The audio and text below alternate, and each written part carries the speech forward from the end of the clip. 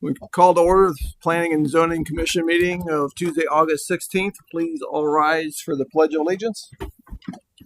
I pledge allegiance to the flag of the United States of America and to the republic for which it stands, one nation, under God, indivisible, with liberty and justice for all. Eva, would you like to please call the roll? Mr. Redmond, Yes. Mr. O'Neill, Mr. Bateman, Here. Mr. Kressler, Here. Mr. Weisgerber. Okay.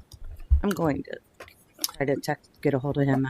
Yeah, do we have a motion to excuse Mr. O'Neill from the meeting? So moved. Second.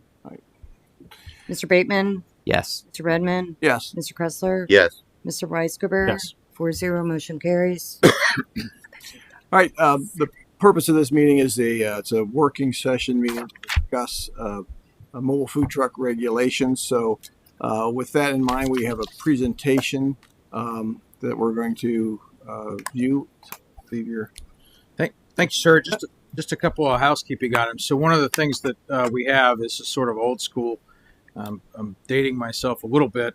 We have the whiteboard over here next to Mr. Kennedy. This is sort of for people to write what they speak, write comments on, before or after the meeting, just broad concepts, 1, 2, 3, 4 words, whatever comes to mind on that. So just another way that we can document and memorialize sort of the findings of the work session this evening. So with that, I got a marker. It's right here. So I'm going to approach the dais. So with that, I have a couple of presentations tonight, and there was a pretty detailed memorandum that I tried to summarize, a survey and then some research that we did on food trucks. So I'll jump into the food truck research first. So, what is our current process? They're regulated per Section 115107 and 08 of the zoning code. There are special exceptions. We've kind of lived through this over the last couple months, and they require a public hearing. So there is an additional city ordinance that governs placement permitting, and that's Section 732 in Law and Ordinance is looking at that. And then the most recent case that we had was a mobile food vendor at Hops and Berry. So why is this being discussed now? It's there was some concern discussed that they're becoming permanent, concerns that they may compete with brick and mortar establishments, concerns about oversight, health, sanitation, permitting, aesthetic concerns were voiced, and then issues with potential traffic and demand-induced traffic, and concerned about because they're only permitted in certain areas of the city, should they be permitted in other areas? And then, looking at the current regulatory framework, it's intended to promote activity downtown, intended to allow temporary establishment of these facilities, and has special events and city-sponsored events exemptions in 732. Just kind of going through current opportunities here. Food trucks seem to be very popular with many segments of the population, and that'll be a second component of this presentation. As part of this, the city conducted some public outreach via survey, and we recorded more than 300 individual responses. So we'll go through that here shortly. They do provide casual and supplemental dining options. They can be rapidly deployed with minimal existing infrastructure. They are demand responsive. They are fantastic for special events, as you see them deployed here. They promote variety and dining opportunities. So there's, what are the negative impacts? There's trash, aesthetic concerns. May negatively impact sales at brick and mortar establishments. Can they oversaturate the area? It's really a question. Depending on where we allow them, there could be noise, air, light, and glare issues associated. And then there's always the ability to enforce. If you have regulations, can you enforce them? Do you have the capability, the resources, those things? And then obviously, nice photo here of trash. And some congestion. So with that, where should they be allowed? What you see here is a picture of the current zoning code. We have a host of different zoning districts in the city. Should they be allowed in commercial districts, all or some, residential districts, or all districts? And then How long should they be allowed? Never, all the time, some combination in between. Should we establish thresholds on the limit on number of days per month, per quarter, per year, hours of operation? What kind of signage should they be allowed on public or private property, on street or off street? So, and we'll delve into those questions in a little bit more detail. So, just these are issues that I think, looking at regulations, there was extensive research. Every community regulates these differently, from very extensive regulations down to almost minimal or no regulations. And so, what questions should we be looking at? Provisions for waste disposal, odor and glare, noise control. Should the food trucks leave each evening, or should they be there, more or less permanently? Parking or storage, compliance with state Department of Commerce regulations. How long should they be at a single location?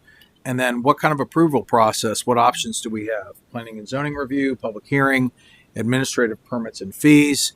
Obviously we need to have that relationship, that nexus with 732 to make sure that, the two sections don't work against each other, but they work in harmony in that regard. So, and then obviously it seems that based on my recent experience here, being relatively new in the city with special events, and I get to attend a second one here soon in September with Oktoberfest, that the food trucks are a huge hit at 4th of July.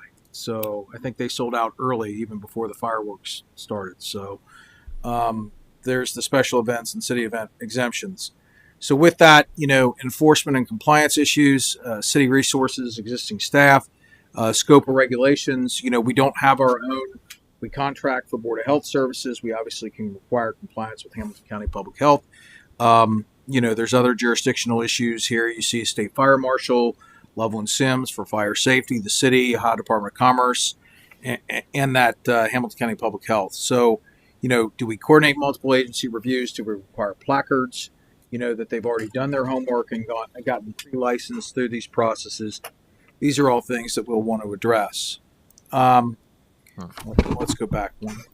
So then there's obviously, monitoring, unpermitted uses, inspection, and enforcement. And then this just kind of how do other communities regulate? And so I picked a couple of large cities and a couple of smaller cities. City of Cleveland and Columbus, obviously massive cities, big populations, huge administrative staff, their own department, their own departments of sanitation, the whole 9 yards. Really a lot of, we would call capacity, regulatory capacity in that. Smaller sized cities, North Royalton and Hilliard. I say those are medium. They're in the, 30 to 50,000 range, something like that. They establish permitting procedures, and really it's a time, manner, place, and location kind of concept. In Hilliard, they tie them specifically to public events. And then, really distill this down to three concepts. Do we outright prohibit them? Do we have limited special events and city functions, or do we regulate them as temporary uses, or some combination? With that. And then just here's some thoughts just from a staff level. We don't really regulate temporary uses in the code currently. I think this is an opportunity to establish a temporary use section in the code. Potentially restrict to commercial zoning districts, although our survey results may lead the commission down a different road in that regard, which I will get into that shortly. Require an administrative zoning permit, limit to private property and off-street locations. Again, the survey results tend to think that where there may be other opportunities, we should look at that. Require a principally permitted use to be established. And this is something that, being in the land use and enforcement arena for nearly my entire career, is something that I really think is important. Vacant lots, what happens on vacant lots, typically I think you want to associate them with some kind of a use, whether it's, if it's a city, the city parcels are exempt, but I think you really want them in conjunction with other uses, unless there's some framework to the contrary. Require compliance with ORC, Ohio Administrative Code, Fire Code, life safety requirements, spacing, Board of Health placards, inspections, setbacks. We want them to have some setback, can't interfere with pedestrians, have signage limitations, provisions for sanitation, require them, I think what we heard previously was require them to leave, close up shop. And then there's also something that I didn't list on here. We're really talking about active food truck uses. We're not talking about bricks and mortar restaurants that have an accessory trailer that they may park or store on their property, but that they don't use for sales at that facility. So this is really about somebody from another, probably from another location, or not, most likely another location, coming and setting up on a City of Loveland property in the City of Loveland. So that's really what looking at tents and canopies, restriction hours, having the exemptions in there, and then critically, looking at sunset clauses for prior approvals. Is it fair to rip the carpet out from underneath people right away? From a regulatory perspective, I don't think so. You have to give people time to adapt and make provisions for change and all that. So, and then finally, compliance with Section 732. So let me end that, and I will jump into the survey. So, with the help of Krista Rose, our marketing communications director, and working with Mr. Kennedy and others, we put together a survey to kind of get the community's feel for what they think about food trucks. Because I think at the end of the day, we can talk about, what staff wants, what the commission wants, but it's really the city that's driving this conversation. So, when we did the survey, we got 309 responses, unique responses in that through about a 2-week period, which is a pretty robust survey response, quite frankly.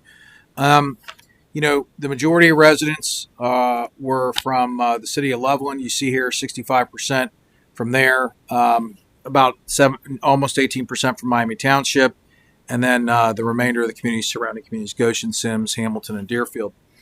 And so with that, we asked the question, do you support allowing food trucks to operate within the City of Loveland? And the response was overwhelmingly 78.6% of respondents supported the operation of food trucks. 10% were unsure. And then we asked them, how positive are you, or how do you feel about this, on a scale of very positive to very negative. And if you look at the responses, really only about 13.5% of people viewed food trucks negatively or very negatively, with the overwhelming majority saying they viewed them positively or very positively or neutral. So, this is the next two questions are sort of an interesting response. We try to ask the same question multiple ways to kind of gauge where people are. So should they restrict or regulate them in the city limits? And, almost 53% said yes. But then when we asked how aggressive should we be, a majority said less regulation. So it seems like a lot of people want us to have some rules, but they don't necessarily want us to have overly restrictive requirements for that. And interestingly, we'll go back here. Almost 15%, 14.5% said we shouldn't have any regulations. So it's the Wild West of food trucks, But that's good feedback, because when you look at this is 65% of the total responses. So and this is a cutoff here. So basically, we asked the question: should they be allowed to operate restricted to only city events or a regular basis? And then you can see here that a lot of people want them on a regular basis and both. So with that, we had more than almost 70% want them at either a regular basis or special events in that. And then, do you support them in commercial areas? 81% want them in commercial areas. And then, interestingly, where would you like to see them? We have historic downtown Loveland and the Lovell-Madera Road corridors were the most frequently identified corridors, with 66 and 64% respectively indicating that's where they'd like to see them. West Loveland commercial areas, only about 38% saw that, which I can understand. There is some residential influence there. There's limited ability to accommodate those. And then the Commerce Park, about 44%. So this was an interesting question, though. Do you support them in residential areas? And we actually received a majority of respondents indicated that they would like them in residential areas. And when you dive into the survey results, some of the unique, if you answered yes, no, why, a lot of people, when they answered yes to this question, talked about, the ability to host block parties, the ability to host birthday parties, graduation parties, the whole 9 yards, and have a process for that. So how long should they be permitted to operate? Frequently was the most selected response. Almost 20% said continuously, 37% said frequently, and 28% said intermittently. Very few people said infrequently or never. And, when we asked the question a different way, what's the appropriate length of time? They said frequently 3 to 4 days a week was the most commonly selected response here. So another question, we asked people, should they leave every night? And the majority of people said they should be required to leave, but there was a significant plurality or a minority that said that they were unsure in that. And should they be limited to private property or other areas? And this was interesting because while most people felt that they should be in parking lots, plazas, open areas, and private property, we also had a significant number of persons indicate that they should be located, on public streets, public or private streets where on-street parking is allowed and available, which I thought was an interesting set of responses there. Again, I apologize. The screen's a little skewed in that, but we asked the question, should they be allowed or should they be restricted from the downtown district completely except for city events, special events? And the overwhelming majority said no. And then we asked questions, do these create unfair competition? Are these detrimental to brick and mortar restaurants? The overwhelming perception was no. And delving into that response, people felt like they liked the competition. They liked the option of being able to go casual instead of waiting in line, and that generally the consensus was activity breeds activity. So we didn't get a ton of responses on that, but people provided that information. Now we asked people, we want to know who's taking the survey. The overwhelming majority of persons taking the survey were female. And then the demographic groups, largest cohorts were 35, 45, 35, 44, 45, and 55 to 64. However, we did get good response from our 65 and older folks, and an okay response from your 18 to 35 year olds as well. So that really summarizes kind of the work we've done to get to this point. And really the recommendation here is that we plot a course forward. We do some fact finding tonight. We plot a course forward. Staff gets clear direction in regards to how we want to proceed with this, and then we can bring some, based on feedback we hear, other things, and then bring some regulations before the commission for, additional discussion. Okay.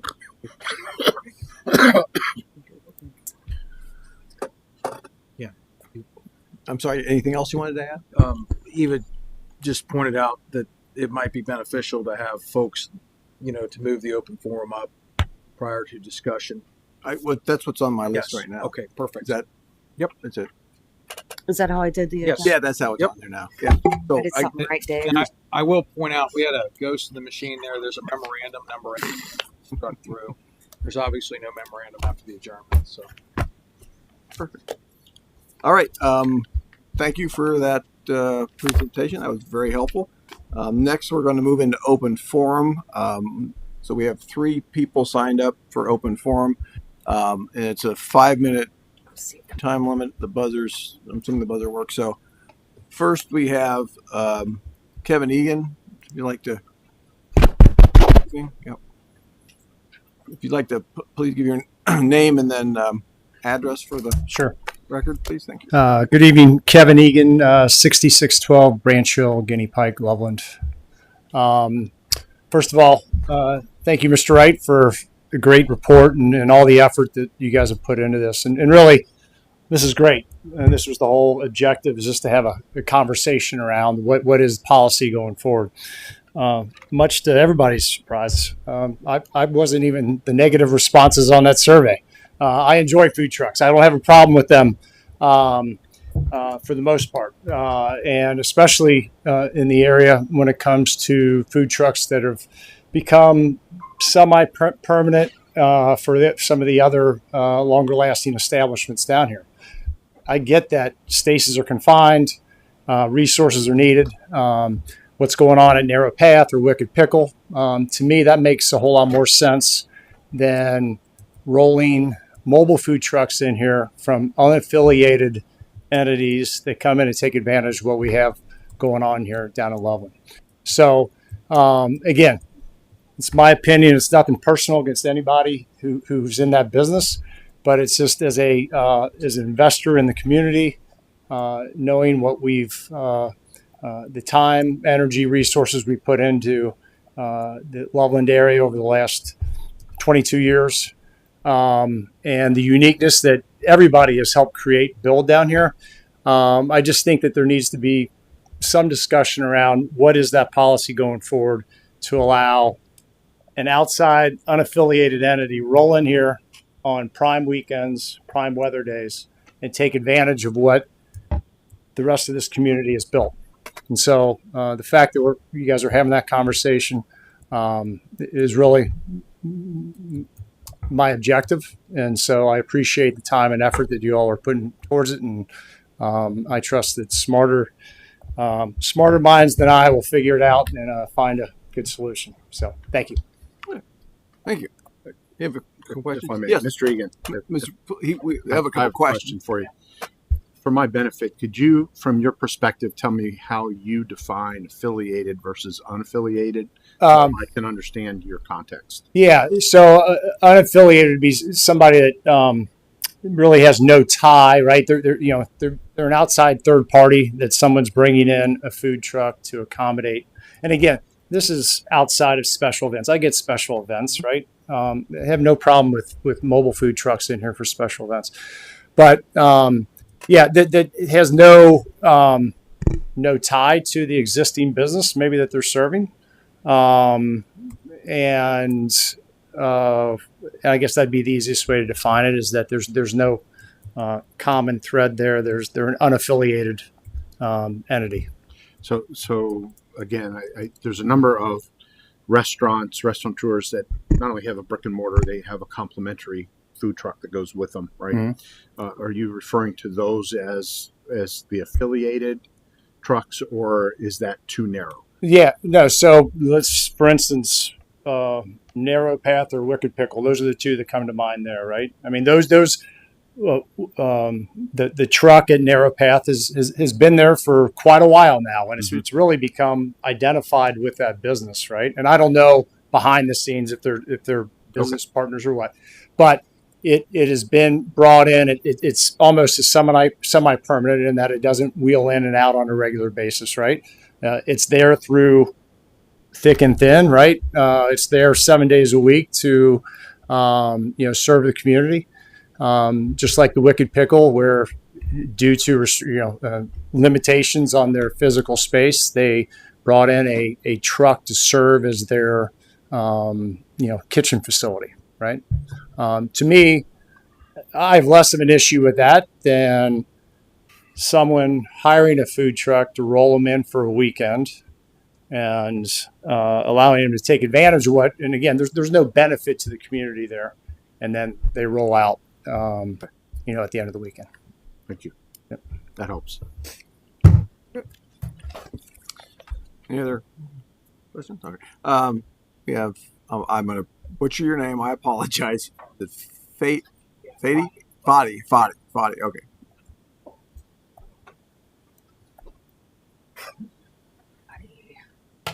Thank you guys for the time today and the presentation. My name is Fadi Kalalia. I'm the owner of the Chili Hut food truck and brick and mortar here on Loveland Madero. Just to give you a sense of, because this is my 9th year in business, this is my first year with a brick and mortar.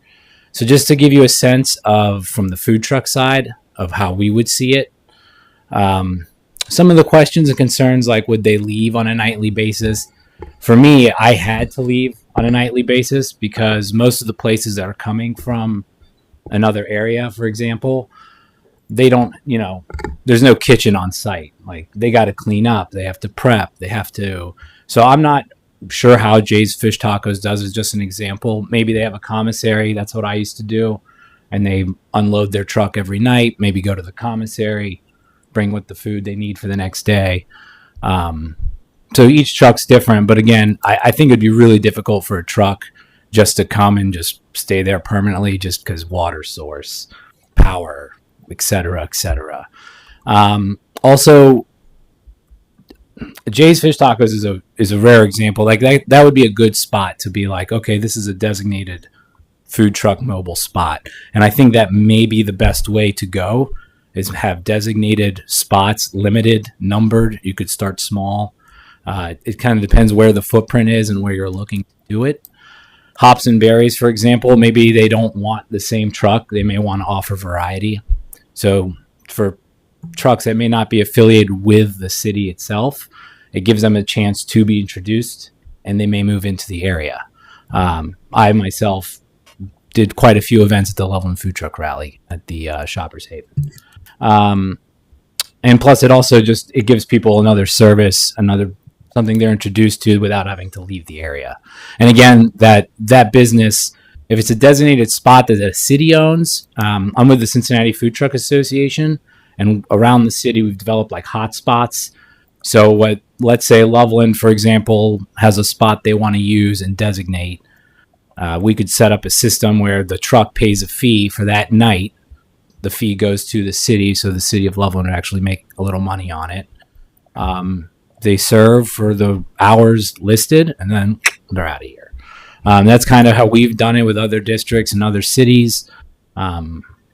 I mean, there's so much I could go into. I don't want to be up here all night. But if you guys have any questions, general, I'll do my best to answer them and kind of go from there. All right. Yes, sorry. I didn't want to step on everybody's toes. So I appreciate you being here. And as a food truck owner and operator, what have you found in other locales that are probably the most onerous and unnecessary things you've had to deal with? So last night, actually, I was in Indian Hill. There was a athletic booster event. And for some reason, I don't know if you guys are familiar with Indian Hill, but Stephen Field over on Drake and Shawnee, for some reason, the city was allowing the Kona ice truck in the parking lot for Stephen Field, but they weren't allowing anything savory. So I don't know the reason for that. It could have been a concern over, fryer oil, or maybe they had a bad experience with the pavement getting stained and then the city's responsible. And so part of what our association does is when we set up those hot spots, part of those fees, or there's a, contractual thing, any damage done to the property by the truck is covered by the truck. That way, the city is not on the hook for any oil stain or anything like that. We've set this up with like Cincinnati Children's Hospital. We've set up, so our association has over 70 trucks. So what Cincinnati Hospital does, they schedule them out two trucks 2 times a week, Tuesdays, Thursdays. Trucks come down, serve for 2 hours, and they leave. And that's kind of how they do it.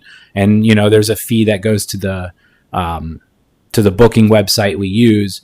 And the Children's Hospital could have decided to charge us, and they decided not to charge us. One follow on. So the association, how does the association interact with other municipalities or locales? Well, sometimes it's with city councils. We've worked with the Chamber of Commerce with downtown Cincinnati to work a bunch of events. So we're really whoever's in charge of the zoning, permitting, stuff like, those kind of departments we would work with. Okay. Yes, Mr. Gressler. I know you guys wouldn't do inspections, but do you have any kind of like written standards that to be a member? Oh yeah, do? we don't just should meet these standards. Sure. So to be a member of the association, we don't just accept anybody. You have to have 3 references from other places you've done business with as a truck. We also have a code of conduct and bylaws and standards as a operator that you have to follow. So for example, somebody hires you for a party and you no call, no show on that party. The person who rented that truck can email the association, and the association can hold that member accountable via, email inquiry suspensions, or we do sponsored events and we could keep them from being invited to that sponsored event. Also, as just a food truck owner, so a lot of these events, like where Jay's Fish Tacos, for example, for my menu, and again, this is different for every truck, but for my menu, it wouldn't make no financial sense to come down and park, just randomly downtown in Loveland and hope I get walk-up business, because due to my menu, I need like a large quantity of guests. So generally a lot of the events I do now, there's a guaranteed minimum. That's why I wasn't at the Loveland rally this year due to the fee and all, et cetera, et cetera. Plus I was already booked, but what people think you'll set up in the truck and you're just making bank, it's a lot more different than that. Especially with all the surrounding businesses here. If you guys are like, oh, who do you guys want to park at Narrow Path? It's no, thank you. Oh, you're going to charge me on top of it? No, thanks. But if I were in your position, I would set it up that way, because you're going to weed out all the bad actors. Because again, there's good and bad in everything. There's some truck owners that are just not responsible and they don't maintain the best relationships and et cetera. So it's a good way to keep control of it, as opposed to saying, hey, it's open season, you can park wherever there's an open. I don't think that's a very wise move, but having designated spots that make sense for the truck and for the community would probably be best.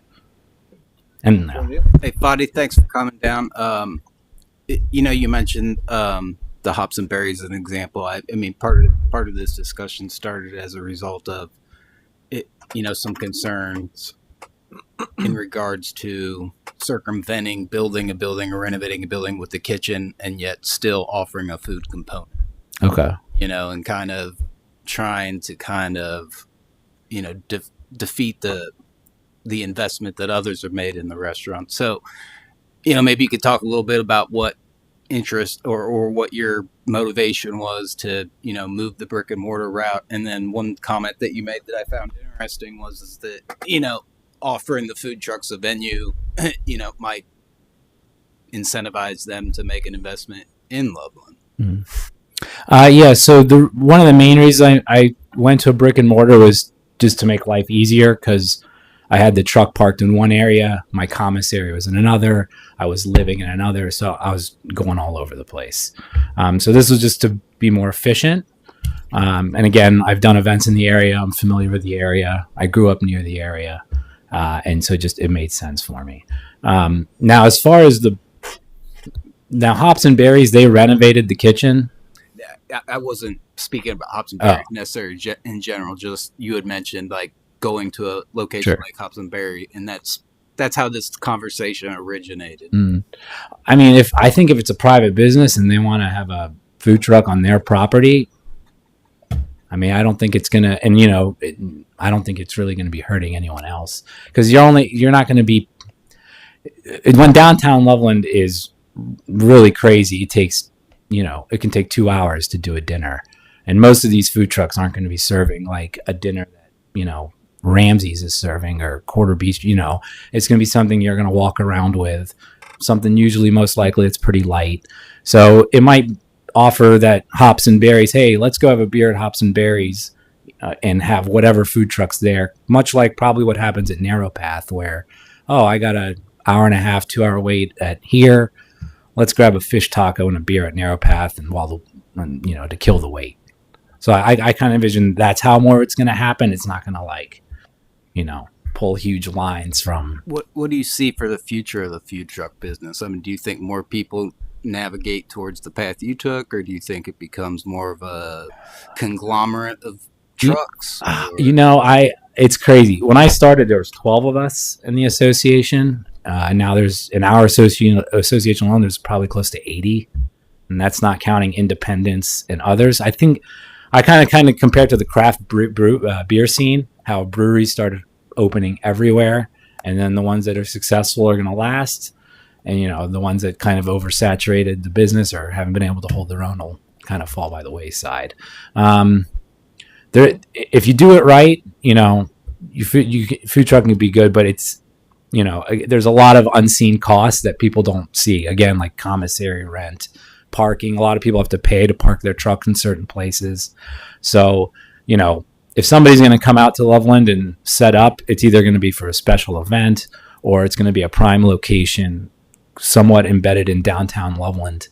If they went and parked in the Goodwill parking lot, I don't think a lot of trucks would, come do that. Like I wouldn't, even if I didn't have the store there, I wouldn't come set the truck up there because I just wouldn't get enough. It wouldn't be enough walk-up business. One last question. Mhm. Can you give me a percentage or an idea how much residential business you do, like rent out for parties, stuff like that? Yeah, so it's picked up since COVID, obviously. But I mean, percentage of business at a graduation. I mean, I kind of lump them in. Not just necessarily Loveland. Oh yeah. Again, I'd say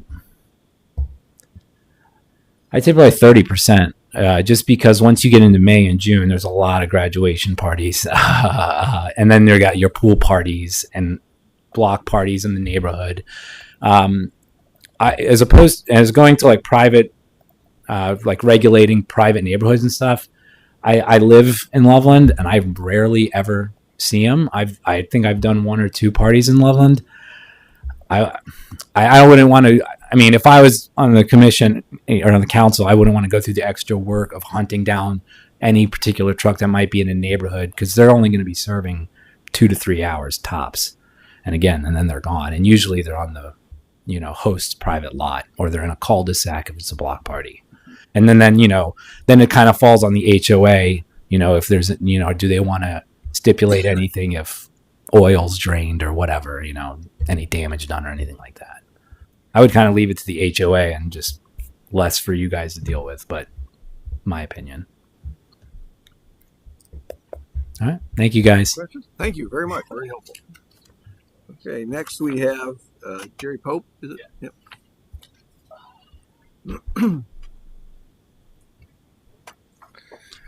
Jeremy Pope, 1100 Redbird Road, Loveland. Thanks for putting together that survey and all the research there. I think we need to listen to the people, but not Wild West and not totally restrict everything. Like most people don't live in the extremes, so let's not do that, right? I mean, find the happy medium. We're getting great feedback from our customers at Hops and Berry in regards to the food truck. And there, I do want to say something that there's a big misconception about.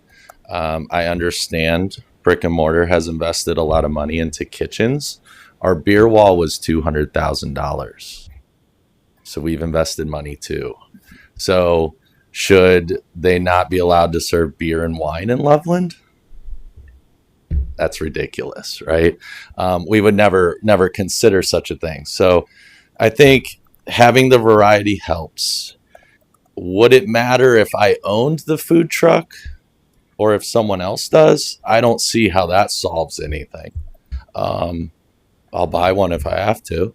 But it's that was an argument made. I think it just needs to be, from what I viewed about food trucks, is there are some that are very noisy. They leak oil. They're not cleaning up after themselves. I get that. I love what what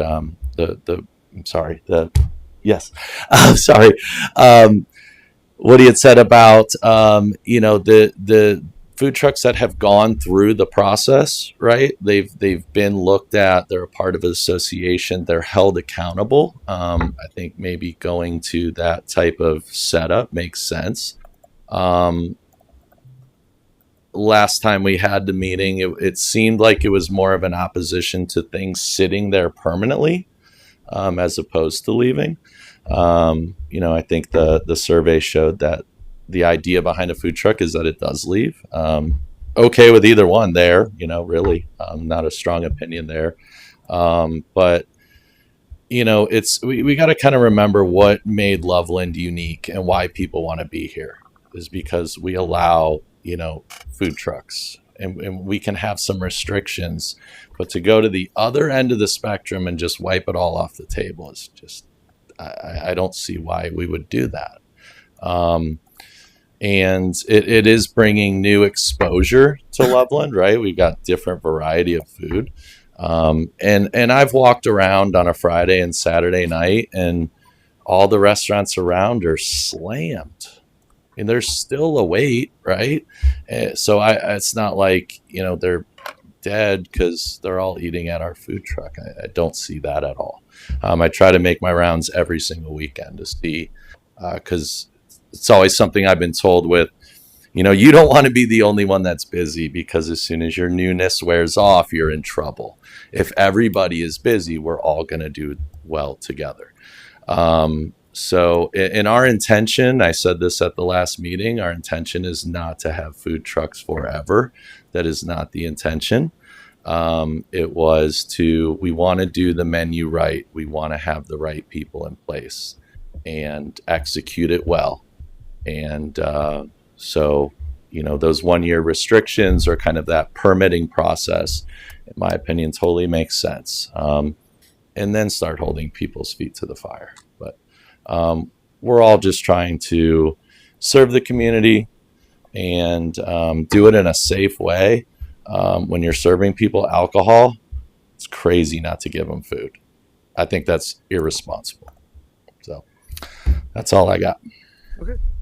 Any questions? No questions? Okay. No, not this time. All right. Thank you. I do have a question, but not for gentlemen. All right. So that concludes open forum. See if there's anybody else. I'm sorry. See if there's anybody else. It's a work. Oh, yeah, sure. Is there anybody else who would like to speak? Sure. Okay.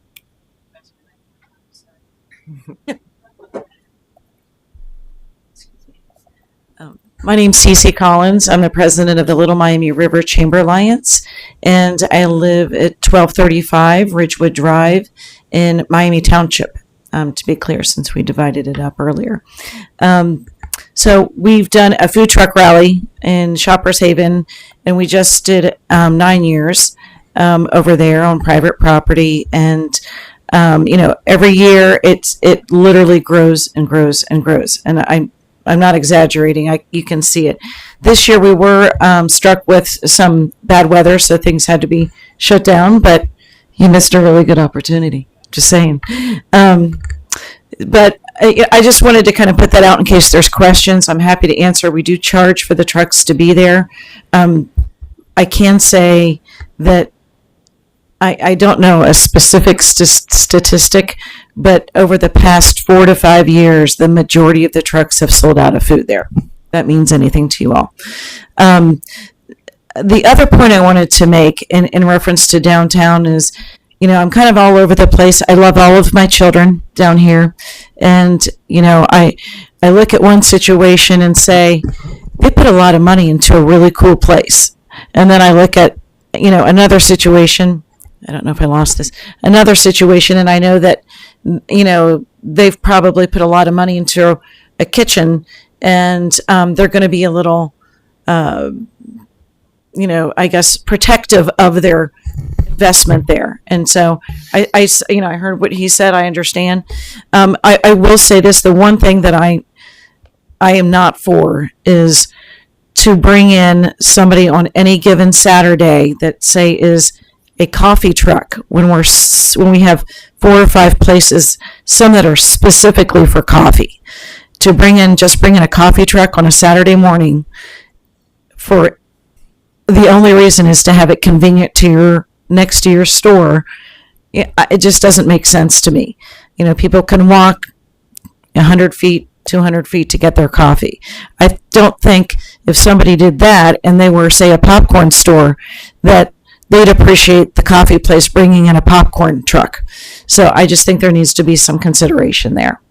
So again, I'm happy to answer any questions. We did have a process for our food truck rally, and we're happy to share that, what we've gone through with that. We feel like we have it ironed out. Health department comes out every year. We know them all real well now. And so we're happy to share if you guys end up needing anything with that. Thank you. Thank you. Is there anyone else like to speak? Mark, I think that this is really timely because it's more than hops and berries, and the concerns about that is I think that you're going to start. I like what Corey said, that we're not just talking about downtown, because I think that if the city's comprehensive plan is correct, and you're going to probably see a pretty significant investment in Loveland Madeira Road, and we for example, the gentleman, and he's a great guy that's redoing, reusing the old Johnny's Car Wash on Loveland Madeira Road. That's a real positive for the city because, first of all, it's a reuse. You take an old car wash that unfortunately was doomed as soon as Mike's opened. You saw it drop pretty quick. And you take a building like that could probably have been converted into storage buildings, oil changes, all very desirable, and you turn it into what they're doing up there for this microbrewery. You know they're going to want to have a food truck up there at certain point in time. So I agree with Cece that just rolling them up on in the right of way on West Loveland is totally something that the city wants to. But it's interesting because if you think back when it all started and how this is a positive, how far the city has gone. Tom Carroll was very helpful to me when I took up over here. He very, very helpful to me. But think about where Tom was years ago. They were letting them put in the Cox lot just because the thought was they just needed people downtown. And my goodness, how it's changed. I mean, just in the 8 years that I've been here. So the intention was really good when he first did it. He just was trying to get people down here. So I'm really glad that the survey's out there and that I sort of agree with you that somewhere there's a happy medium from a complete and total. I don't think anybody had any desire to just say there will never be a food truck. Those that are in town, you've got so many days and we're going to show up with an escort you out of town. That I don't think was any issue. I've always sort of thought there'd be a time where they would work their way up into the Commerce Park because those people, you've got sort of a captured audience. You've got quite a bit of employees, Keith McCluskey's headquarters. So I think the city should be commended for doing this because a lot of communities would simply say, we've got an issue, we're fixing it. Here's how we're writing it. Look what you guys did. You invited everyone in. You did a survey. Somewhere there's a happy medium that works. I think CC's food truck is exactly what you want to. That you're on private property. You're bringing people into the Love of Madeira Road district. She's going to have good days and bad days that are weather-wise. But we don't overly restrict what CC does up there, right? Because she's on private property and we don't overly, right, CC? We don't put you for a whole ton of, yeah. Just police and, a certain number of crowds. But I know Rick Morgan, who owns the Dairy Whip, he's very popular for block parties. You're having a party for a kid. You're having a big birthday party. Rick will show up with his, if you haven't met Rick, he's just an absolutely great guy. So I don't know. I'm not giving you any insight, but I sort of like what got us here. I just think it's timely. I think Kevin feels like he sort of started all of this, but I think it's actually a good thing because we would have just meandered and floundered around until we got some guidance. And that was between Hops and Berries and Kevin. That was really the nexus that got us started. So I think it's a good thing. So I thank both of you really, because we have to fix it. We couldn't just keep going the way we were. So that was sort of my macro view of the process, but I don't think there was any intention to shut them down 100%. So. Yes. So I appreciate that, Dave. And just so that everybody understands, I'm not anti. Well, there's a lot of things that we should do. And I think there's some really good things that we've done in the past. Some of the confusion that I've seen is around the liquor license requirements, and I asked Mr. Wright to check into a few things with regards to the type of liquor license that may require food, some that don't, and I don't know the license that Hops and Berries have, whether it requires any kind of food or not. I agree with you. I think it's the right thing to do, but I asked Mr. Wright to check into different license and the connection to the ORC. So what sort of prompted that was the microbrewery discussion. I am not a liquor license expert in any regard. I mean, other than I know to go to establishments that have them. But aside from that, I did look up the microbrewery. A simple, there's attorneys all over the state that want to sell you, that hey, we're the liquor license experts or whatever. But I did find some interesting guidance.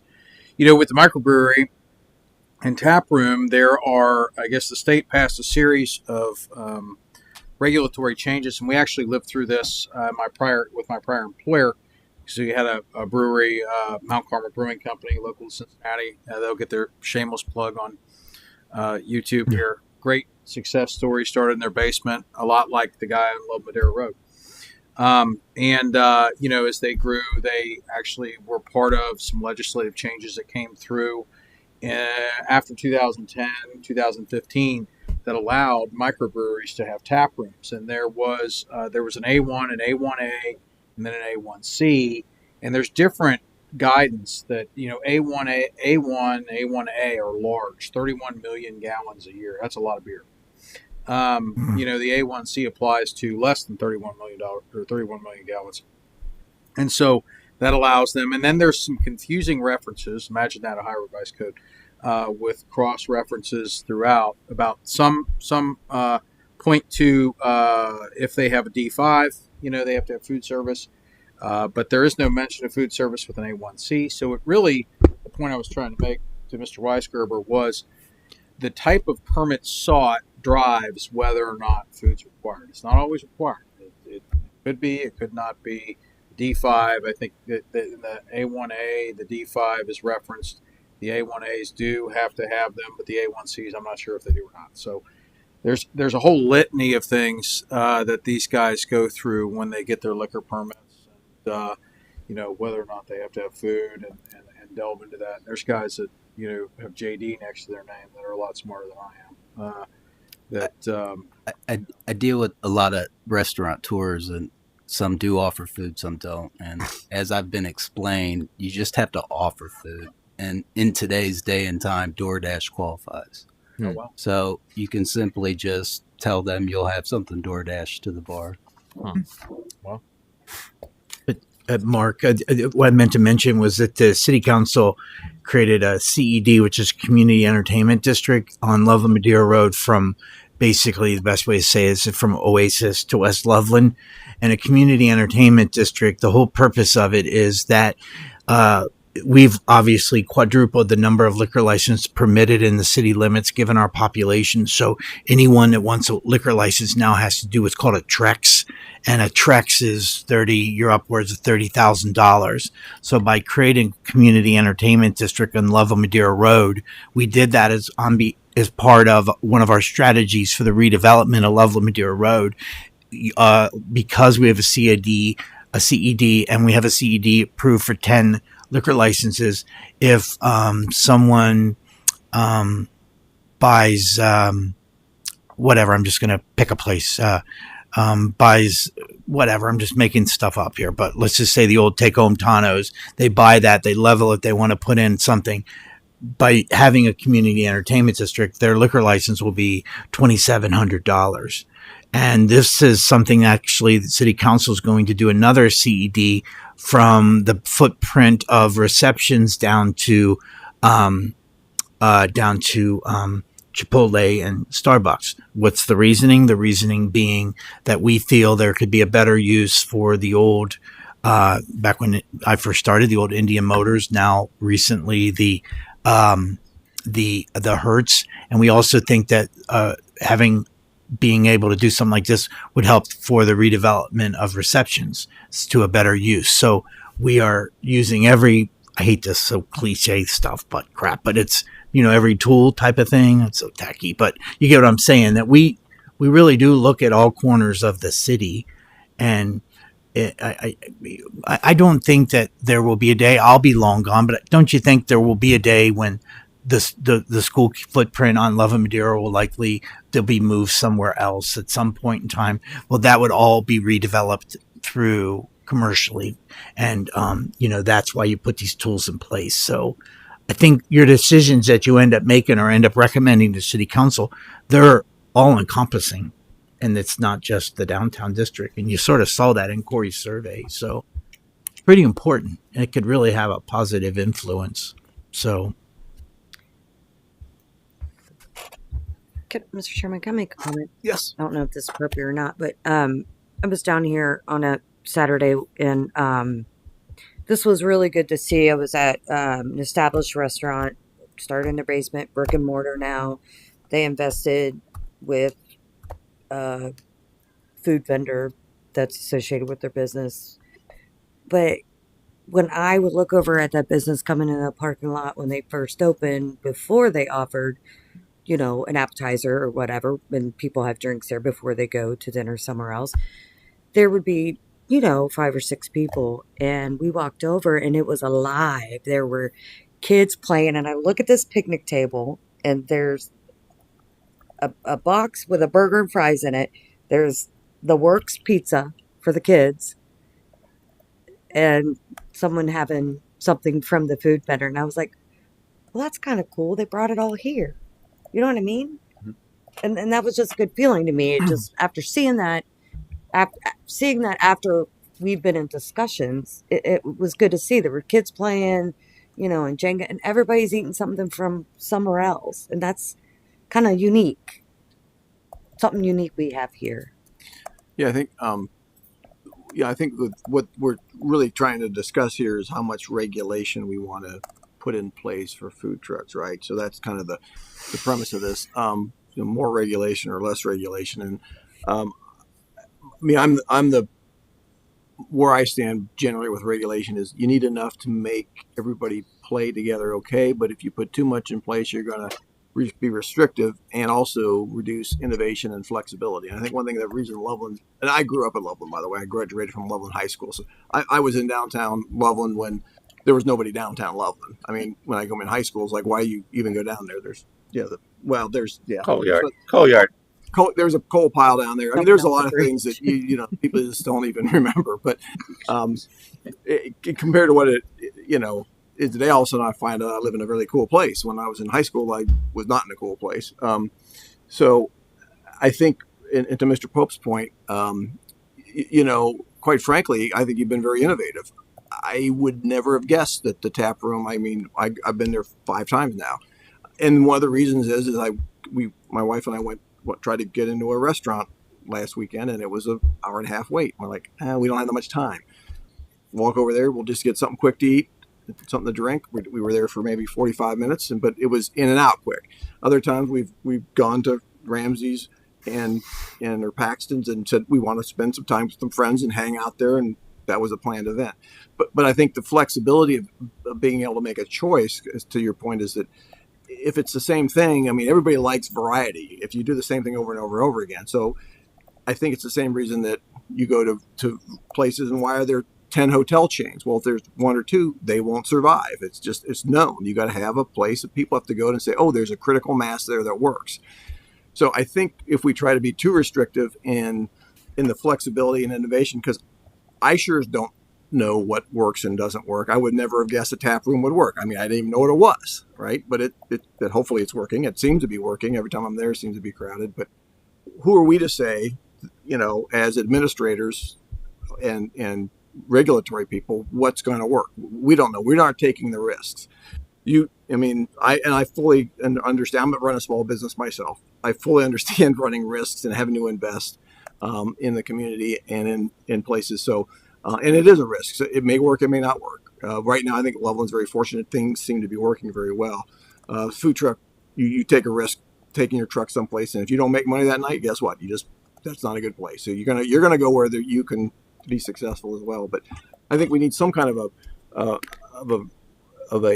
plan that allows flexibility, but also doesn't is beneficial to the community. Because again, you got food trucks got to be clean, they've got to be serviced. I mean, people, like you said, don't realize that you just don't. How's the food get there? How does it get sanitized? How does it get clean? If you park it there the whole time, I don't know how that happens. Do you want that in your neighborhood? But I think we can come up with. I mean, my advice to the city would be just something that's flexible enough to allow food trucks to be here. And I think also places can. I think I've mentioned it in a memo before that if you wanted to give you the option, let's say that you wanted to have a relationship with another restaurant. I've seen that before, where you can say, hey, we can order. Especially during the pandemic, there was a lot of synergies going on. Everybody trying to survive. But if that option isn't available, then maybe the food truck is the option to be able to serve food. Or like you said, you can't put a kitchen in, or there's geographic restrictions. So that's kind of my general feeling about the whole thing. But I'll shut up now and listen to everybody else. Yes, Mr. Yeah, I kind of see this as we need to encourage the free market, legislate it minimally so that we can control it, but not put it down. Because I would go to your place to have a few beers, but I'm not going there for dinner. I'm going to Tano's and maybe ordering a Black Russian after I'm done. So they're two different markets. I think that sometimes if you're in the restaurant business, you see a food truck, oh my God, it's killing me. Well, it's really not. I used to ride 10,000 miles of bicycle a year. When I come to Loveland, I didn't carry an 8-pound bike lock and chain to chain up my bike to go into Tano's. I would go to a food truck because I could stand there, sit in the shade, cool off, and have a hot dog or whatever. So I think we need to encourage them and just have minimum requirements, and then we just need to do something like for residential districts. We need to have some restrictions there, and city events, of course, are exempt. And the other thing is we can't write it. I don't think we could write it in the code, but somehow we need to make reference to his organization's code of standards and inspections and that type of thing. I expect. Yeah. So somehow we need to make reference to that in our. Could you just require him to be a member of the Cincinnati? Yeah, and that would have to be the city solicitor could tell us what, or a member of it, or an organization like it. So that's up to the solicitor, because that would really would cover us.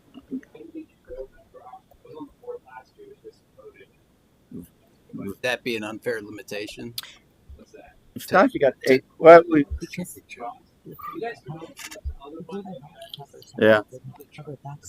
Well, be a member of, or be able to certify that they meet the. Is it a challenge to become? I'm sorry, Fadi, Sorry. and then Just get to the mic. the other Yeah, but yeah, James wanted to speak. Can you go to the microphone so I can pick up? if we, Gotta go, and then you That's gotta- okay. I can't pick up what you're saying. Oh, my bad.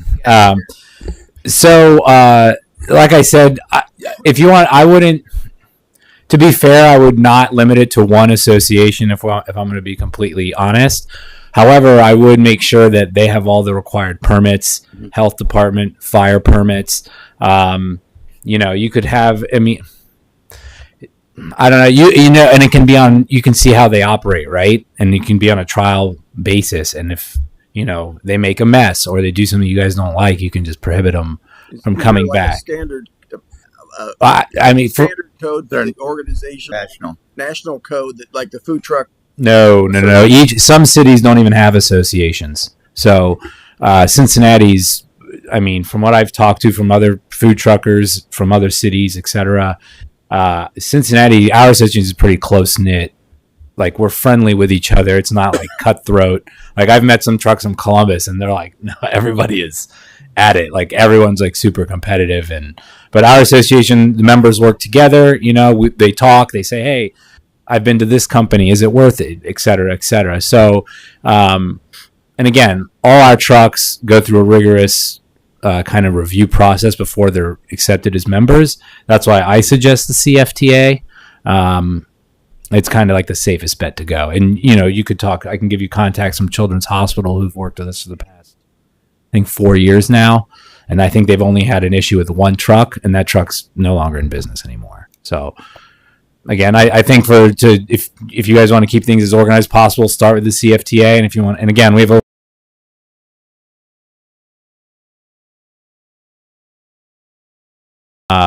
and she's worked with other members that are not, there's plenty of great trucks out there that aren't members, but again, they may not follow code of conduct. Are you a registered nonprofit type thing? I'm not a nonprofit, Okay. no. But The CFTA is. Yes, I'm sorry. Correct. So Yeah. I believe they're a 501c3. So we can make reference to that association's rules of operation Sure. in our ordinance. And I'll get you guys a copy of the bylaws and conduct thing that we abide signed. by it. You don't have to be a member of it, But you have to abide by it, yeah, the regulations. and certify that you will, yeah. Okay. Yeah, you could like use them as part of City of Loveland's, code of ordinance or, But whatever you also need. make the permit or whatever the stipulation is revocable, I guess. Mm-hmm. Yes. I wanted to state this before. this is just something that we've noticed with, we've had a lot of different food trucks at Hops and Berry. So one of the things that I've noticed, we've actually made kind of it just like a rule now, there's trucks that can plug in. They're not noisy. They don't have the generator running and the smells. And then there's some that can't plug in. We've made it to where if you can't plug in, you can't be here. Like, because that is what I think. Yeah, obviously, I don't know what the people that took the survey were their thought process to arrive at their answers. But I think if you were exposed to a food truck that had no plug-in capabilities and you had that running and that smell and that odor, I think that's when you get that negative perception of food trucks as a whole. So I don't know if it's possible to have like. Depends on the truck.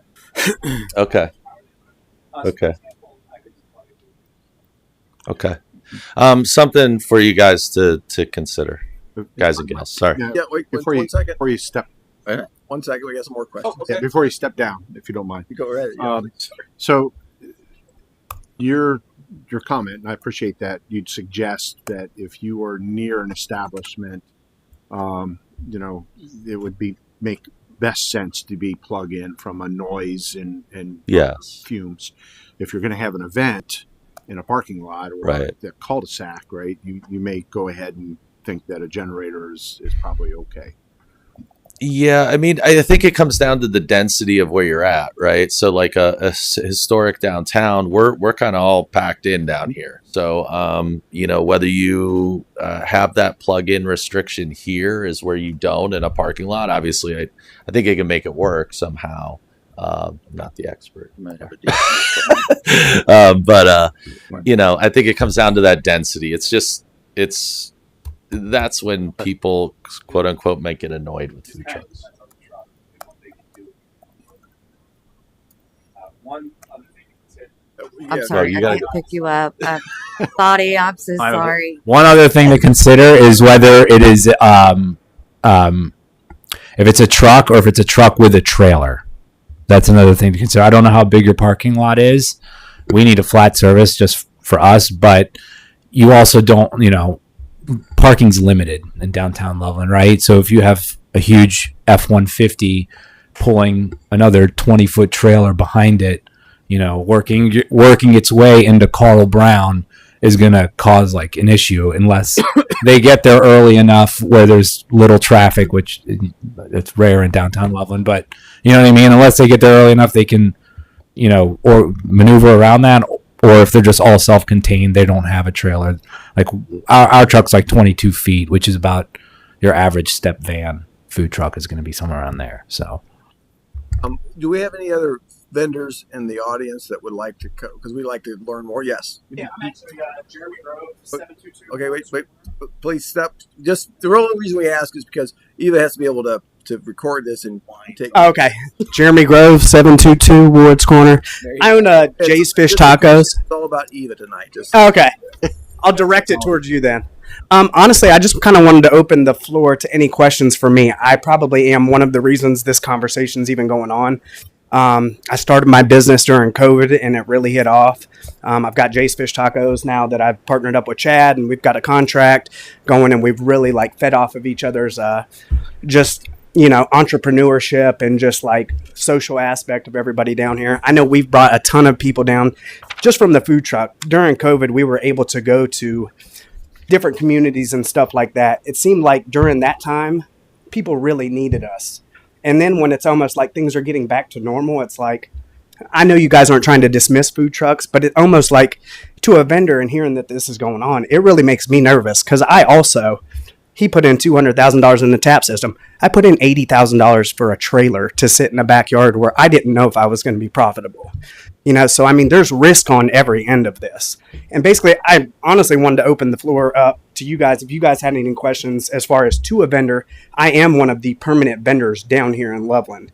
So if you guys had any questions as far as, I know I heard how do you get food in here? I know Fadid, I'm actually part of Cincinnati Food Truck Association. Some of you had questions about water. We've worked out potable water system with, Narrow Path Brewer. We have good water coming from them. We have a drainage system that we abide by. So So let me ask you a question. So then, are you saying that you've gotten I don't know, semi-permanent connections to drain, to clean, to? I mean, is it a spot you could basically plug in and do all that? It's not just like it's not a parking lot where you'd have to dump it down the sewer. Oh no, it's nothing like that. I mean, we have hoses and everything that go into these, and it's typically we do it before operation hours even start. I mean, my brother's down at the truck at 8 o'clock in the morning, so that's when we fill up with our water, and then we just, get rid of our gray water system. So, So where are you disposing of the gray water? Chad and them have a drainage system at Narrow Pass, so we just hook it up to the hose and get it through there, and then we have a fresh water system that we get for the potable water source. So, and then as far as that, I mean, we don't really have to move. Like I said, I spent $80,000 on this trailer. It is everything I need on there and more. I have enough fridge space. I have freezer space. I have health departments that come and check me out all the time. So, I mean, are you restocking in off hours? Like what time what do you consider them? Like 7 o'clock in the morning. I use the same food source that Ramsey's uses. I mean, we use Chef's Warehouse. So when Chef's Warehouse comes down in the morning, we meet up with them at 7:30 in the morning, and that's when we get our food. So, but I was just going to ask a question. Can you talk a little bit about the sort of symbiotic relationship that you have with Narrow Path, and maybe a little bit, because some of the things that I'm concerned about around this is like the ongoing licensing and renewal process. So just kind of curious if you can talk a little bit about, do you see that you're essentially an exclusive extension of the Narrow Path Brewing, and that the yeah, I would say that, me and Chad, we have a good relationship together, and I think that both entities are separate, but yet we both feed off of each other for certain things. They have good beer, we have good food, and honestly, I think it's a good variety of what we do have. What was your other question? Well, the question, I guess, would be around, like, if we were to require a renewal, one of the examples here is require administrative zoning permits, or would that be between the two of you to determine who would be applying and paying for that license? Would it be for the business owner? Or just kind of, I'm sure that me and Chad would come up with an agreement. And honestly, if it's on the food truck end of it, I would be more than happy to pay for it. So, okay. And it's no problem. Being in the food truck industry, we jump through hoops daily. With stuff. Regarding some people want, some people require nothing. Some people require everything, just for like a $600 event for me, I could have a $3,000 event paid for by somebody. They just write me a check. Easiest thing I've done. I got a $600 block party. They want everything from me, so jumping through hoops for me is not a problem. But another follow-up question, but in this instance, you described yourself as a permanent mobile food truck. So how long do you have an additional truck? Is this the only truck, and this is the one that is? So we started out 2 years ago when COVID did happen. We started doing Tuesdays at Narrow Path. We had the cliche Taco Tuesday down there. So really hit off. I think me and my wife went and got married the following year in Key West. We went down to one of our favorite spots down there. It was a bar attached to a Garbo's Grill. I don't know if anybody's ever been to Key West, but there's a food trailer that was attached to that bar. And I was like, wow, what a cool concept this is. And I had thought about it. I proposed it to Chad, and he was like, let's do it. So, that's kind of where it all got started from. And now we are permanent down there. We're 6 days a week. We're not open on Mondays. We are ran off of electric. We don't use a generator. Now, I will say, there was a day last year where the power went out in all of Loveland. My generator saved the day. And I probably did $4,000 that night, but I was the only thing down there. I'm down there rain or shine. I'm down there cold weather. I can lose $250 in a day, or I can make $2,000 in a day, but they're not all good days. I got a lot of bad days out there, so, just to give you guys light on it, I'm just coming from a vendor's point of view. Just another question from your perspective. What kind of opportunity would you, has there been an enticement on your part to pick up and go to an event, a special event like CC's, food truck? And I have rally? a food truck also. So I have the trailer at Narrow Path. I got that built out this past year for Narrow Path specifically. Okay. And then we also have a food truck that actually I have a neighborhood event in Willows Bend tomorrow. So, that's why I wanted to show up. I don't want this to talk to somebody and be like, this is what was said at this meeting. Like, I'm a Loveland tax citizen over here paying my taxes in Loveland. Like, I want to know what's going on because I do have events and I do provide for my family out of Loveland. I mean, that's where a lot of, my providing comes from is the city of Loveland. So, I mean, I really took a leap just to, do this business. Mr. Gressler, did you have a question?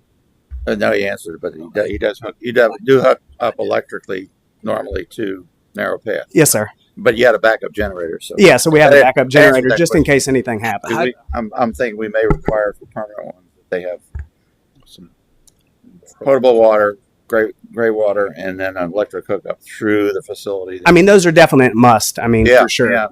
See, that's why we're having the workshop. Right. We didn't even know about that till. Well, and that's why I wanted to step up. I'm very shy. Whenever you're out at my restaurant, I'll talk to you all day. We're not trying to put you guys super nervous. My voice starts cracking. Everything. We're not trying to put you out of business. Yeah. how to make you and the neighbors happy. And hey, I completely agree, guys. Like, I love Loveland. I mean, when I moved here, me and my wife were like, all right, 2 years, we're done with Ohio. My family's from Youngstown, Ohio. I think in my mind, I thought all of Ohio looked like Youngstown and Warren, Ohio. Thank God it does not, because I definitely wouldn't be here as long as I have. We moved to Loveland. My wife owns a dance studio in Madeira. I mean, that's the only reason I moved up here. She was like, listen, give me 2 more years. We'll move back down south. Started this business doing this, really hit off. Got a great relationship with Chad and the brewery down here. I think not only do people just from the surrounding area come here, I've got people that are coming from Kentucky. I don't know if you guys are familiar with Chowdown, Cincinnati, but it's big as far as, what's online and social media and stuff like that. I mean, there's people in Kentucky that come to Loveland to try my tacos, so we're bringing people to this area. And to be honest with you, Ramsey's in them. I mean, they're packed. I honestly thought I'm going to start doing lunches through the week because Ramsey's, all these people are always waiting at Ramsey's. I'll get the backflow from this. I'll start getting people coming over to me. I ain't got nothing from Ramsey's yet. I'm getting people from the bike trail, the bike path that stop. They get a taco, stuff like that. I mean, yes, Friday, Saturday, and Sunday. Do we do well? Yeah, if it's a nice day. If it's not a nice day, I can sit out there and lose my butt off, Do you prep your food at the trailer? I do, yeah. So how do you drain your grease? The grease? Well, we have a grease trap, and then also I've got permission from John over here. So you have a grease trap, and then somebody comes and pumps it out, just like MSD would require? No. So, I mean, the 2 things that I have, I've got a fryer, and then, I've got 2 fryers. So whenever we do change those out, I put them in a 35-pound dispose of it gallon thing, and then John's given me permission to use their grease trap over there at Ramsey. So I've got permission from him. I think the only bad blood I have created in Loveland since I've been here, I accidentally used Tano's grease trap one day. And I went in, I spoke to Tano. I don't like any bad blood. I mean, I think we can all benefit from each other. And just like you said, there is a happy medium. I agree. I don't think it needs to look like a carnival down here. I don't think you need food trucks rolling in every day. I am permanent down here. I do sit here. I don't roll in my rig daily or anything like that. So, I mean, I don't know what you guys, and even if it is like that, what is it? You got a food truck coming in. There's not even spaces down here on a regular basis. Other than Hobsonberry now, who has a food truck come in regularly? I mean, that's really it now, because I'm part of Narrow Path, and then you've got the Wicked Pickle, which is exactly like me. They've got a bar, and then they've got a trailer attached to it. Other than Hobsonberry, which they have over there, which, I mean, I love the concept and everything like that. I mean, they're the only people bringing in a food truck. And what is it? One food truck, even if it's Thursday, Friday, Saturday night, they come in at 4, they leave at 10:30. I mean, you're seeing that vehicle roll in twice. I mean, some people don't even see it come in. But I mean, I do understand it from certain aspects, like just, I don't know how you guys want to restrict it, and just kind of regulate it, really. I just think we also didn't want Loveland to, while we don't want it to become the home of food trucks, we also don't want it to be known that you can come here and build a bar and attach a food truck to it and get around building a kitchen. Right. Yeah. You know what I mean? So, if this new tap room were to come and make the same request, and then the next guy comes and makes the same request, and then all of a sudden no one's building restaurants here because you don't have to spend an extra. couple $100,000 on a kitchen. Well, it's more than that, but yeah. Oh yeah, yeah. So Any other questions? One second. Any other questions? No. Okay. Right now. So We had a we have a few others that would like to speak. Tom Powers. I'm don't live in Loveland, but we've been here since we opened Paxton's. I agree pretty much with everything Kevin said, and John. We've had these conversations a long time. I might have a little different perspective because I come from a background. I don't know if you know what Urban Land Institute is, but it's a worldwide built organization that I'm on the advisory board of it for Cincinnati, and have been for 15 years. So we have a little different perspective on what works for cities and what doesn't over time. So we were here when there was nothing going on in historic Loveland, and now it's great. We were worried when the pizza guy came in next door. Oh my God, a competitor. We're thrilled that it's competitors because look what the place has turned into. All that's good. I don't even have a problem with your place next door. It's kind of permanent. It's the way it is. If Jerry, I'd never met before, if he says he's going to eventually wants to build his kitchen there, okay, let him do what he's going to do, but hold him to the fire to do that. So 15 years from now, he's not still bringing a different truck in every day. That, meanwhile, give an idea on costs. We've got $3.5 million we've invested in historic Loveland. So, and we have bad days too when it's raining. Everybody does. I'm just saying as perspective. Everybody, it's good that there's a lot of people here and the people want to come down here. I think you need, though, to have some kind of rules they got to live by. All the restaurants in town, they have to deal with what the health department says. They have to deal with the stay open. They're there all the time checking on them. Why wouldn't you have something somewhat tied in that for whatever food truck so that you only have good, legitimate food trucks that you're going to want to be known for? If they do that, I have no problem with that. Actually, my biggest concern is only to bring in food trucks for a weekend for some special event because we're trying to bring people into historic Loveland. I don't think that's a requirement now. We're lucky enough that we've got everybody we want to come to historic Loveland every nice day of the year. We don't need to bring in a food truck for a weekend event in historic Loveland ever. I think that's a path that over time will be misguided, and it's going to just, at some point, it's going to lead to not be a good thing for historic Loveland. If you want this area to be like it is now versus was 20 years ago, you got to take into consideration everybody. But just my whole biggest complaint is to bring a food truck in for a weekend to compete with all the people. You invested $200,000 or whatever plus in yours. He doesn't want a food truck coming in here and taking sales away from him. It's, if they're permanent, determine what your version of permanent is. Seems like to me you're permanent. He sounds like he's gonna be permanent. That's fine, but don't bring a food truck in here for a weekend because people said we like food trucks. I like a lot of things, but that's not going to be good for the city, in my opinion. And we've been around here looking at this and seen how it's happened for 23 years. So I think we do have an opinion on that. And whether people agree with it or not, that's up to you. But I think it's very short-sighted to let food trucks come here for a short period of time. And I'm talking days or weekends for some festival or anything like that. I'm absolutely against that as a tax-paying member here and also employing about 90 people in Loveland. So that's what all I have to say on that. But I'm not against what he's trying to do, Jerry, here. But let's make it somewhat permanent, and everybody knows what permanent means. That's what I think you should do, is you come up with those rules. You have it from a health standpoint, and you also have it from just a property standpoint. And then everybody abides by it, and then everybody also knows what those rules are ahead of time. And then we all live by it. We don't mind competition. We think it's the best thing in the world. We're making way more sales now than we were 10 years ago because Loveland is what it is right now. We weren't fighting to keep the next restaurant out of town. When they came in, we have looked at it like when they used to have gas stations on all four corners. There was a reason why they did. It was good. But we're also, this is just because we have a brick and mortar, we're still concerned with losing money as well. The city asked us to stay open after the fire because they didn't want us boarded up on their board. We lost $200,000 that year, but we did it because the city asked us to do it.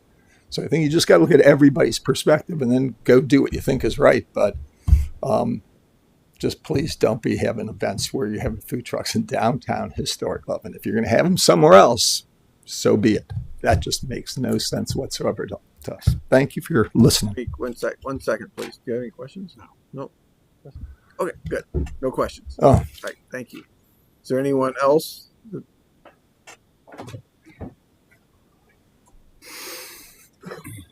Hey, I'm Chad Powers, Narrow Path Brewing, 106 Carl Brown Way. I started writing down notes, but everyone just kind of like said them. So I'll just blitz through them really quickly just to get them on record, just so that you hear kind of my side, and then you can ask me any questions. When we started, when we met with the city, this was originally part of our business plan to build a tiny little microbrewery in downtown Loveland that made really good beer and created a space for people to come. I don't know anything about food, so I didn't want to have anything to do with food if I didn't have to. So we talked to the city about doing food trucks, and that seemed like a great way forward for everybody involved. I understand with how crowded it's getting, and just kind of the parking situation down here, how this becomes a potential point of discussion. So I appreciate the work that you all are doing here in this special session. I really liked Kevin's distinction of the affiliated business. Jeremy and I started working together about a year and a half ago, and we waded through good food trucks and bad food trucks, and the food truck game is no fun if you're an established business owner and you're asking a food truck to come, because you have some that are great and you want them to be there all the time, but then there are other businesses who also know that they're great and they want them there all the time. So scheduling becomes difficult, and you don't want to find out that you invited someone in who was no good at all, who didn't call, who didn't show. I mean, it's so frustrating. It's like they wait until we post on social media that they're going to be there, and then they don't show up, or they call and say, "Oh yeah, we're double booked. Sorry." So I really like Kevin's distinction of like an affiliated business. We started working together. Jeremy came to me with this idea, like, what if I built this trailer and we kind of configured it so it had everything that I would need. I said, that sounds great. And what I noticed in him was this, his affinity for this community and this like entrepreneurial spark in him. And he dumped all of his savings into that trailer. So whether or not it's, $80,000 or $200,000 or $3.5 million, his number was all. It was everything he had. So it's not like he's not committed to this community and, committed to showing up here, because he's here, good days and bad, rainy, and he's learning, I think, what it means to be a business owner down here, and how you take the good with the bad, because the good is great and the bad is no good. Just with weather and all kinds of stuff. He goes through all of the inspections, all the regulations. Moving his trailer for us would be super difficult. So if you decided that it was going to be, 3 or 4 days a week, that would be really, really hard for us. We'd pretty much have to carve up our whole beer garden now. And we've invested a significant amount of infrastructure with the electric, just to make sure that we didn't have to move that in and out. Mr. Wright, with your question on the license, we have an A1C license. We could get an A1A that would allow us to do beer, other people's beer, wine, or spirituous liquor, but we would have to provide a food option in that case. Those requirements would be that we actually provide the food, or that requirement is satisfied by posting a food truck schedule. So that's kind of like an established statewide rule now. You can use a posted, whether that's on social media or in your tap room, a schedule of available food trucks throughout the week to satisfy the food requirement for the A1A license. Part of the reason that we did the trailer is because it creates a better experience for the customer. There were more options that were that he could make. There were some things that we asked him to make because I thought, well, I don't know if everyone's going to want a fish taco. He already did some chicken and steak stuff, but his business calls Jay's Fish Tacos. So people would be like, what? They only have fish tacos? No. They do all kinds of stuff. So now he does stuff for kids, and it's great. But yeah, it's been a great win for us to have him as a kind of semi-permanent setup there, because we don't have to worry about scheduling. We don't have to. We can do beer release, food release things together. We can kind of co-market together.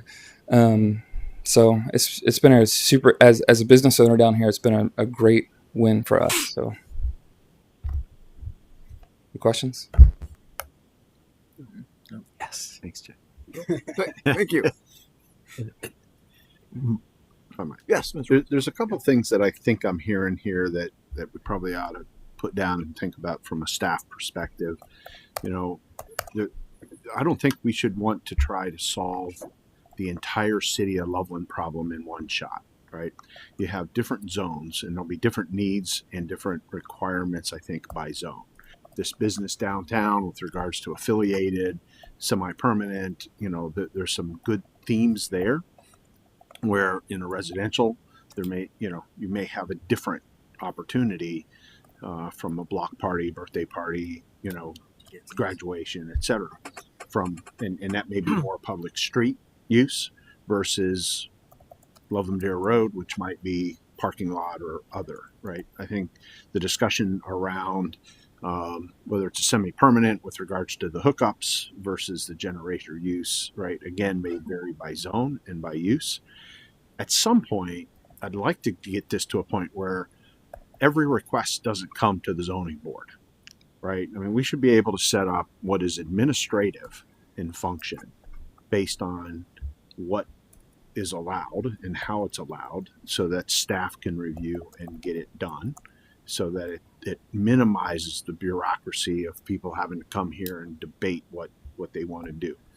So I think some of these themes are important to probably think about how we move that forward. I don't want to get to a point where the only way we're going to have another brewery is to have a food truck or an attached kitchen. We need to help solve that problem in advance. I don't have that solution, right? I think the debate and the input I appreciate. I think we need to have that discussion a little bit more about what does that future look like. And maybe that's really in downtown. Mm-hmm. What does it look elsewhere? I don't know yet. But I think if we break it down by zone and think about what those requirements are, we can navigate this in an administrative fashion. It is kind of what I'm feeling that I'm hearing through this. And there's some really good points that I appreciate from everybody. Just referring to, as far as if you like to, it's all about Eva. It's all about Eva. As you're doing and just, I'm sorry. As far as what you guys are trying to do and what you want to spend your time on, I wouldn't really focus too much on the residential community things much more. It was a big thing during COVID. To be honest with you, I have about 3 neighborhoods that I hit on a regular basis, and that's it. A year ago, I probably had 15 I would hit a month. Now I'm maybe hitting 1 a month. So as far as for the communities and stuff like that, the neighborhoods and stuff, if you guys are trying to regulate that, a lot of food trucks do not even want to do neighborhoods anymore because it's not worth it. And we do require a minimum, but when you go to these neighborhoods, I require a $600 minimum whenever I go out. And the neighborhoods are only 2.5 hours. And most of the regulations do come from the HOA there. We typically park at a pool or in front of somebody's house, whoever organizes it or something like that. But like I said, that was probably 75% of my business 2 years ago. I would say it's less than 10 now. So as far as what you guys, what you want to spend your time on and what you don't want to spend your time on, I think that one's just kind of like fizzling out, in my opinion. I mean, I've got a couple neighborhoods that really want us and that makes it profitable, but for the most part, I mean, there's no new neighborhoods or anything like that. So, yes, Mr. Chris. Yeah, like neighborhoods, an HOA, do you find that like maybe there's HOAs that have you there like 3 or 4 times a year, or is it just a once a year type situation? It just really depends. Got a lot of them that hit us up for 4th of July or like Labor Day and stuff like that. But honestly, I just come through and I find it better for us during the school year because parents don't want to cook and stuff like that. They like having, it's kind of a neat little option to have a food truck in a neighborhood. I think people that live in neighborhoods really like it. They were able to like a lot of fellowship, community over there. I mean, people that you probably don't typically hang out with. You know, you'd meet them at the food truck, you talk, you have some good food, and You're saying national holidays or like a graduation? yeah, graduation parties and stuff like that. But to be honest with you, it's pretty minimal anymore. So We just have neighborhoods that don't have HOAs. And yeah, so from a temporary use perspective, if we don't cover it somewhere in our zoning, okay, keeps it silent. Yeah, we need to mention it. We need to do something so that it's minimally invasive, but administration has a path. okay. That's kind of why I'm bringing it up. I don't know how it all works. That's okay. I'm first time homeowner, live on Wart's Corner. I don't have an HOA, so. Mark, I agree with Rob 100%. We shouldn't be bringing these to you guys. This should be created in such a format that it's handled administratively. I think that was thrown in as a conditional use to pass the buck off to you guys. But when we wrote the historic preservation design guidelines, they were very specific on what reviews are handled in-house. We shouldn't be bringing all of these to you guys. There should be set rules. Here's what it is. And it shouldn't be listed as a conditional use on the table of permitted uses per 1156. I think if the rules are clear per each zone, and then it just falls under the supplemental, and it triggers, let's say it triggers an inspection from Harold from LSFD, or it triggers something that the checklist shows that they've got approval from the Board of Health, and then you're covered for White Pillars cul-de-sac wants to have one as part of a big graduation party. But I agree with Rob. What they'll do on Loveland Madeira Road for somebody wants a food truck because Ace Hardware is having a special event and they want to have a food truck out front. They have to work that out with the owner of Shoppers Haven. What do we care? I mean, I'm not trying to belittle it, but really, do we care if it's outside of the minimum? It's not on city property. I agree with you 100%. What happens in downtown's a completely different on what happens the rest of the city. Yeah, our church just had last Wednesday a food truck and country western band in the parking lot. Yeah, I think you're at a point right now where staff needs to start bringing you guys some supplemental options in writing, and we keep this group informed on what we're doing. The ban, that's not really the right word. The not accepting applications that I was told to notify staff gives you all the wiggle room that you have to do this right. We just did the same thing with another use in the city, and it takes the onus off of Eva having to say, well, I think you got a lot to learn from tonight, but I think you're at a point right now you really need staff to start writing it up. Mm-hmm. And just a follow-on comment, the city of Loveland, I've been involved for a long time, right? I've been on council in '95 when downtown was junk teak shops, right? And 4 lanes and just nothing was happening. So the amount of effort that's been put in to change, to create an economic engine has worked. You can see the benefit of it. But the city's been evolving. So our zoning code has to evolve. We used, and I was working with Tom Carroll when we added food trucks, right? Because we needed that draw. We needed a way to help bring people and connect some of the businesses to help the economic engine fire and run. We need that in some other areas of town. But I don't know that we need it the same way that we've used it in downtown Loveland now. So that's the evolution that we're really trying to debate here, is how do we fix and update the zoning code to grow with the community as it's changing. So that to me is how we need to really think about this now. And I think we got the opportunity, as we've worked with staff, to try and put a hiatus in to let's take some time and make sure we get it right. And I think the by zone approach, make it administrative, you guys, based on these discussions, especially in downtown with associated semi-permanents, where does that make sense? How does it make sense? What are the connections?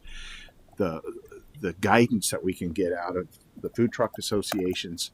there's a lot of material that you guys helped us with, and I appreciate that, to give us some guidance and some running rules to kind of stay in the bumper lanes, right? So I really do appreciate your time. Yeah, I'll just follow up on that too. I think one of the things that the feedback coming from all the different perspectives in the room has been really helpful, especially to try to understand from a first person perspective. I particularly liked the idea of, as I said before, trying to understand the license and renewal process for the historic downtown, but also the idea of designated areas. I remember I went to Ohio University, and one of the things that the food truck serving that population, one of the things they did was having, late night food options for people. And they were in the city streets in the same spots every time. So clearly there was some, a hot spot. There was a designated area that these mobile vendors could take, and they were semi-permanent there, but they were always in the same place in the public street. And I think that's kind of a good model for a downtown environment. But I also think opening this up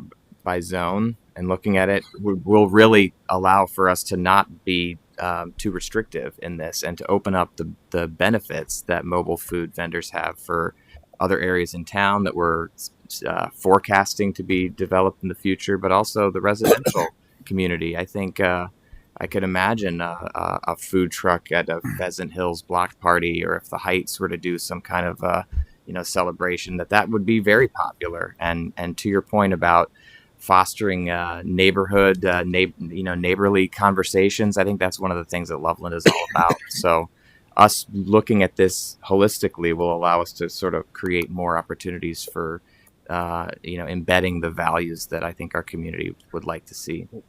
So if I'm hearing the commission and the feedback here, so what we would do is essentially craft regulations that have a set of general standards that apply throughout the city for the way that food trucks, setbacks, things like that. And then we would have some specific regulations that are applicable to each district regarding time, manner, frequency. Frequency, those kind of things. Mm-hmm. And I think that if we all agree that food trucks should regulate with certain degrees of, sanitation, quiet, noise, setback, all of that should happen regardless, right?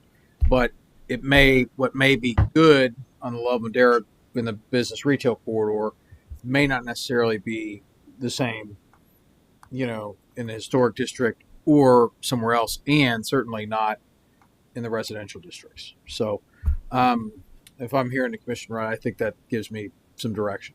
So I'm sorry. Sorry, Cece. Yes, please, if you go to.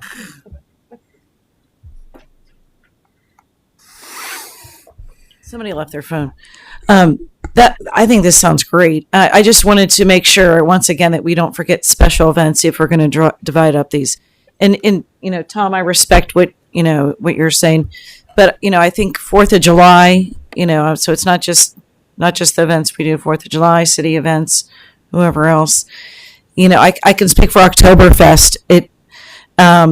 We didn't know what to expect last year. Nobody did, and it went very well. We had money weather. It was just really nice.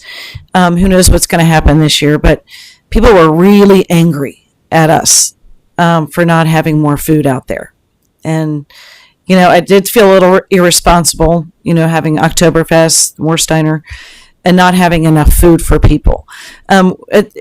A different time, it was COVID. We specifically reached out to all the restaurants and said, what will you be offering on your deck? We wanted them to have a little bit of a concession stand. My first choice is for us to use the businesses that are in the downtown area and, take care of them. Number one priority. Then if we need to bring vendors as in food trucks and, but I respect what you guys come up with. I just wanted to make sure it is part of that consideration again. And again, I'm sure the city can understand they're doing 4th of July and I think the Valentine event or some other things. Thank you. Thank you. Yes, one. In regards to hotspots, The association can help set those up. Like, you can have a Commerce Park zone hotspot, et cetera. And we work through a third party called Street Food Finder that helps set that up. And you could give that control to any administrator. You could book that spot for the whole year. Now, that being said, just a heads up, barring downtown Loveland, you're probably not going to see a whole lot of demand or desire from food trucks. For me, again, for example, to just post up in a spot is generally not, economically beneficial. Something in downtown Loveland might be different, but again, I think you'd probably have the only spot left in downtown Loveland. I really don't think where you could put another one unless you started filling the Jackrabbits parking lot with that, but I think that'd be pointless and it would look bad unless you're doing it for a large event like an Oktoberfest or something that calls for extra service for those people. But yeah, just if there's any interest in a hotspot, I can help set something like that up though as well. Yeah, if I might, I think we're getting to a point where we're starting to repeat. Yeah, I agree. So I'd like to probably call this as my suggestion, but I would suggest that staff come back to the board and we have another session where we can review some of the suggestions of staff and keep the team here together so that we can get some plus and minus feedback. To make sure I'm clear, to repeat, the next step is staff come back with a general set of recommended guidelines, basically on what you would. Yeah, I think we and then we can come back to us and we can kind of review those guidelines. I fully agree that this can be handled administratively. I think that's your point is well taken. I think it's and I think a clear set of guidelines would also be beneficial for the people that are thinking of doing a food truck or wanting to do a food truck. So they don't have to come in front of us and it's a guessing game of yes or no or whether it's going to work or not. So sure. I think you're right to wrap because we've been doing this for 2 hours now. So I think we've got excellent input. I mean, this is the way it needs to work. So we get a good back and forth and understanding of what the criteria is. And I think we can wrap this up and with staff coming back to us at some point in time. And yep, we can certainly do that. We'll pull the levers and engage the wheels and see what happens and see what comes out on the end there. Start along with so that's right. I just want to make sure Eva's okay with all this. Yeah, okay. I gotta stay and go with you. All right, so I am in agreement. Do we have a motion to adjourn? So moved. Second. All in favor? Aye. Thank you for being here. Thanks for your